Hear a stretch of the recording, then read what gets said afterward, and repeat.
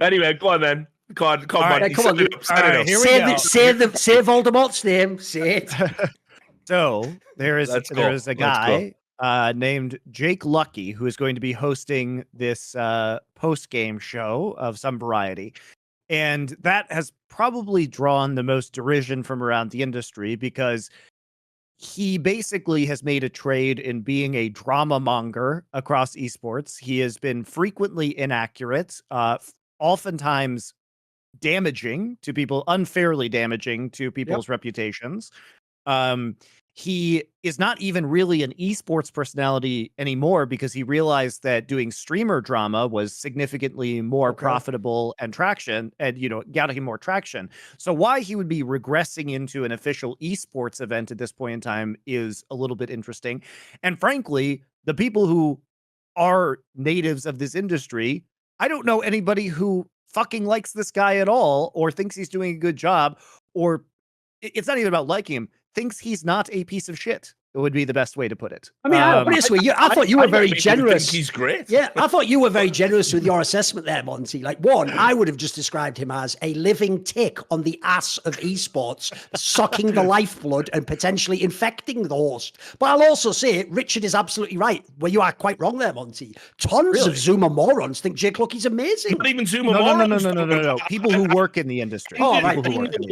Unironically, industry people that think he should be nominated for Journalist of the Year. He should be, he should be nominated for Content Creator of the Year. He's actually like a pretty good fucking, he's great at what he does. Actually, Jake Lucky, he makes esports accessible. How can you not appreciate that, Richard? To be fair, he does know all the teams in CSGO, Monty. He has a jersey of every single one of them. He must be a massive fan. Yeah, and you have to understand as well, it's the perfect quid pro quo because, Jake Lucky is somebody that, it's really interesting. He only ever seems to be critical of content creators that are already catching a lot of heat. Yep. You'll never hear him say it's bad that this player's been picked up, or does anyone remember this guy doing that and why is he there? No. It's just, okay, there's a thread on livestream, Phil, telling me it's okay to dislike this guy. Think I'm going to wade in with a hot take here. I think the guy that's been filmed being racist is bad. By the way, if you want one that Monty might not even be aware of, here is a real world example of what Jake Lucky and his people at Esports Talk did as an actual episode of Esports Talk. You remember that minor stupid drama where Sir Scoots, when we were doing Flashpoint 1, on the first week where we locked down, even though absolutely within the California mandate or whatever, it said if you worked an essential job like media in a production studio, as long as you took the necessary precautions, you could do the event. Sir Scoots, for his own reasons, he has his own reasons as to why, basically tweeted saying that if we run the event and anything happens to our family, he sort of implied it's your fault basically, which is an outrageous statement to make publicly about fellow professionals. Especially, remember this was a few days into the pandemic and nobody had any fucking clue what was going on. Yeah, exactly. I mean, so when they reported established rules, So when they reported this on Esports Talk, I've got this saved. Don't worry, motherfucker. There was the thumbnail of the video was my face, and the question written on the thumbnail was something like, "Is Flashpoint killing people?" ? Now that's where scum journalists use a question mark to do all the heavy lifting and get plausible deniability. You are absolutely trying to put into people's brains that I am killing people, my own fucking family. That's this is when we say drama monger, and I say that thing about it being a tick, you're all going to think, it's being over the top. Now, no. By the way, compared to this guy, the professor guy is a real journalist. At least he's doing his own fucked up version of trying to do it. This guy is absolutely just without a moral compass as far as I can tell. He's unmoored. As I showed on my stream, just because I was trying to flesh out why I have objections. It's interesting what constitutes getting people cancelled. For example, Duncan has committed unbelievable amounts of atrocities in social media terms. For example, suggesting Fallen might be overrated, which is the highest upvoted post That's a Twitter war crime in Reddit CSGO history. Right? Even pointed out all the professional players said Duncan's a piece of shit. Everyone was calling for him to be blacklisted. Dude, I even had people people who aren't even in CSGO, like Moist Critical, just go, I'll just come in on this, get some of this clout. Like, exactly. Everyone. Yeah, like. By the way, people like Doublelift were coming in. Anyone who hated me, like Doublelift, who doesn't even follow CSGO, was just coming in like, simple, I love you, man. Like, just like, it was fucking mental, mate. You just thought they'd have killed me. You thought they'd have killed me and they just held up my dead head. Like, we got him, lads. We got Saddam. Like, you know what I mean? Like, it's mental, mate. So they did that, right? They did. So that's a thing that literally happened in the community and everyone's okay with that.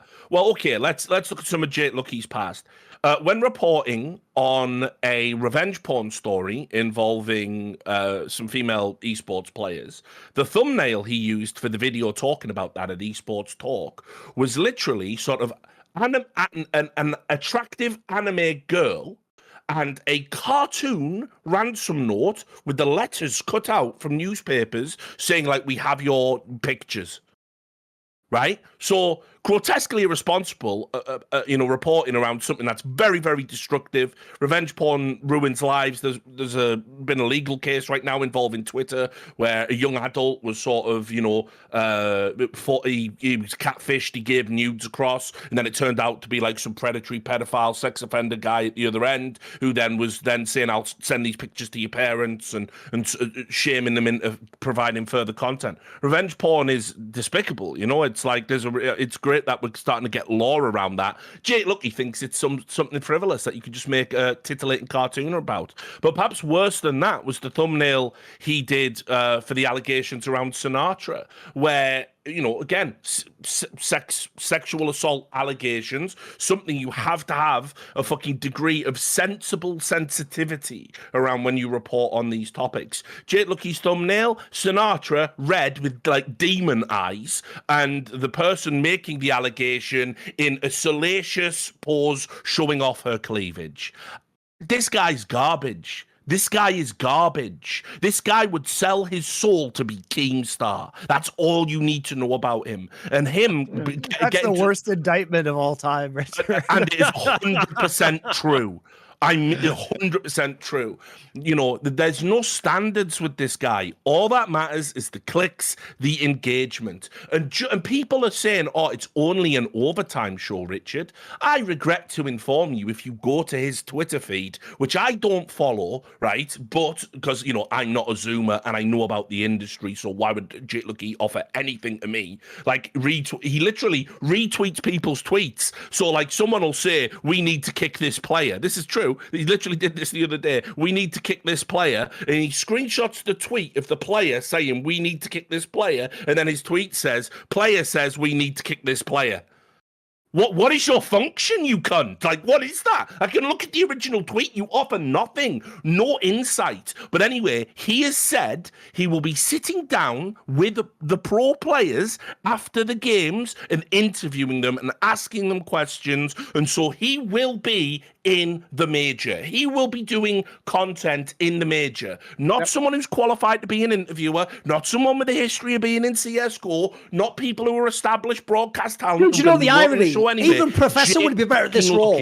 Yeah. Wouldn't this have been a better role for Professor? You know what I mean? For him. Yeah. Yeah, he does it already on HLTV. Confirmed, guys. Yeah, by the way, absolutely perfect. Just as an aside, that's also one of the maddest things to me about the Jake Lucky angle. This isn't like when I had a beef with Slasher, who was a legitimate journalist and had a long history in the industry. This guy is adding no value. As Richard says, he takes a tweet, puts it in a video, then just says what the tweet is, and then nearly every episode goes, so we'll see how that sort of develops. It's not even on the level of a shit Shuddersphere video where they give some sort of crap cultural analysis. He wouldn't even add any info. They wouldn't have a talking head to bring in. That's why he had to get that fucking idiot Hunter Grooms who was at arsehole to Richard on, just so there could be two of these morons to go, yeah, and I wonder how it will fucking turn out. Anyway, back to you. And then it would just end. And the worst thing is, just like Shuddersphere cunts, they would make these videos magically hit that 10-minute mark so many fucking times with no content in, which if you don't know, if you're not a YouTuber, you used to have to get to 10 minutes to insert additional ads into a YouTube video. So famously, when you do just some bullshit like retweet a source, you have to draw the video out to get to the 10 minutes. So this is like the most lowbrow, low-effort content by someone with no skills or qualifications at all. And by the way, that's without like to be fair, you could tell the story better than me, Richard. This guy, if you don't know, there's two details about this guy that are very relevant, not least because he's never truly disowned what happened. He's just sort of tried to put it in the past. Cunts always do that. Oh, it's just in the past. Not really sorry for it, just in the past. Even though, by the way, his whole career is dredging up the past of other people. Just he gets to choose when the state statute of limitations run out. There's two things. I'll pass it to Richard, he knows the details of the story better than me. One is this guy is the reason we got DK, one of the best journalists we had in CSGO, because of the story now of what this guy did, where it isn't just modern day stuff. Back when he used to run a channel called CSGO News, which means he was literally presenting himself as a journalist, he did a video where he attempted to expose the streamer Mo for infidelity to, I think what was at the time his fiance about to become his wife. Can you tell the details of that story? You know the info on it. What happened was, for some reason, Mo basically said something negative about Jake Lucky. I can't remember what started it. I think maybe he just said pretty much the assessment of his career. Because remember, Jake Lucky had tried to establish himself as a bona fide reporter at one point. I think he'd even tried to do some roster moves. But the thing with that is, you have to be connected to the scene. Someone can't just tell you, I heard this cunt's going to this team. You can't just do it, right? It's not that simple. Exactly. This isn't Rush B Media we're talking about. Yeah, exactly, right? So anyway, right, Mo said something like CSGO News doesn't know what he's talking about. And Mo was like obviously very popular at the time in terms of streaming.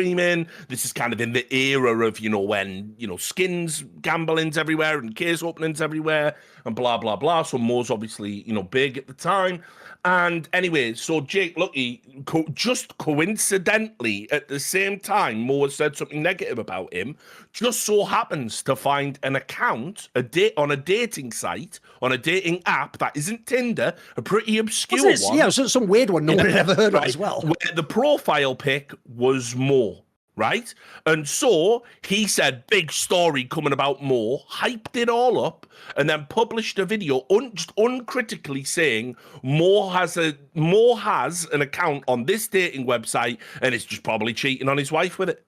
Now, there's so many wrongs with that. I mean, first of all, you don't know it's Mo. You can't prove it's Mo's. Anyone can use a profile pic. I think after this podcast, I might create an account called I'm a Satanist Who Eats Babies and use Jake Lucky's fucking pictures. And apparently that's like all you need to be found fucking guilty of it, mind you. If that were true, we'd probably be elected. Anyway, leave that one alone. I beat you to it, Duncan, didn't I? But anyway, so not only can you not prove it's not his account, I mean, loads of people have accounts on dating sites. It doesn't even mean you're out there fucking with anyone. It just meant at a time when you were single, you created it, now you don't. You know what I mean? But he did none of that because he just wanted to get back. So, in other words, he weaponized journalism for revenge.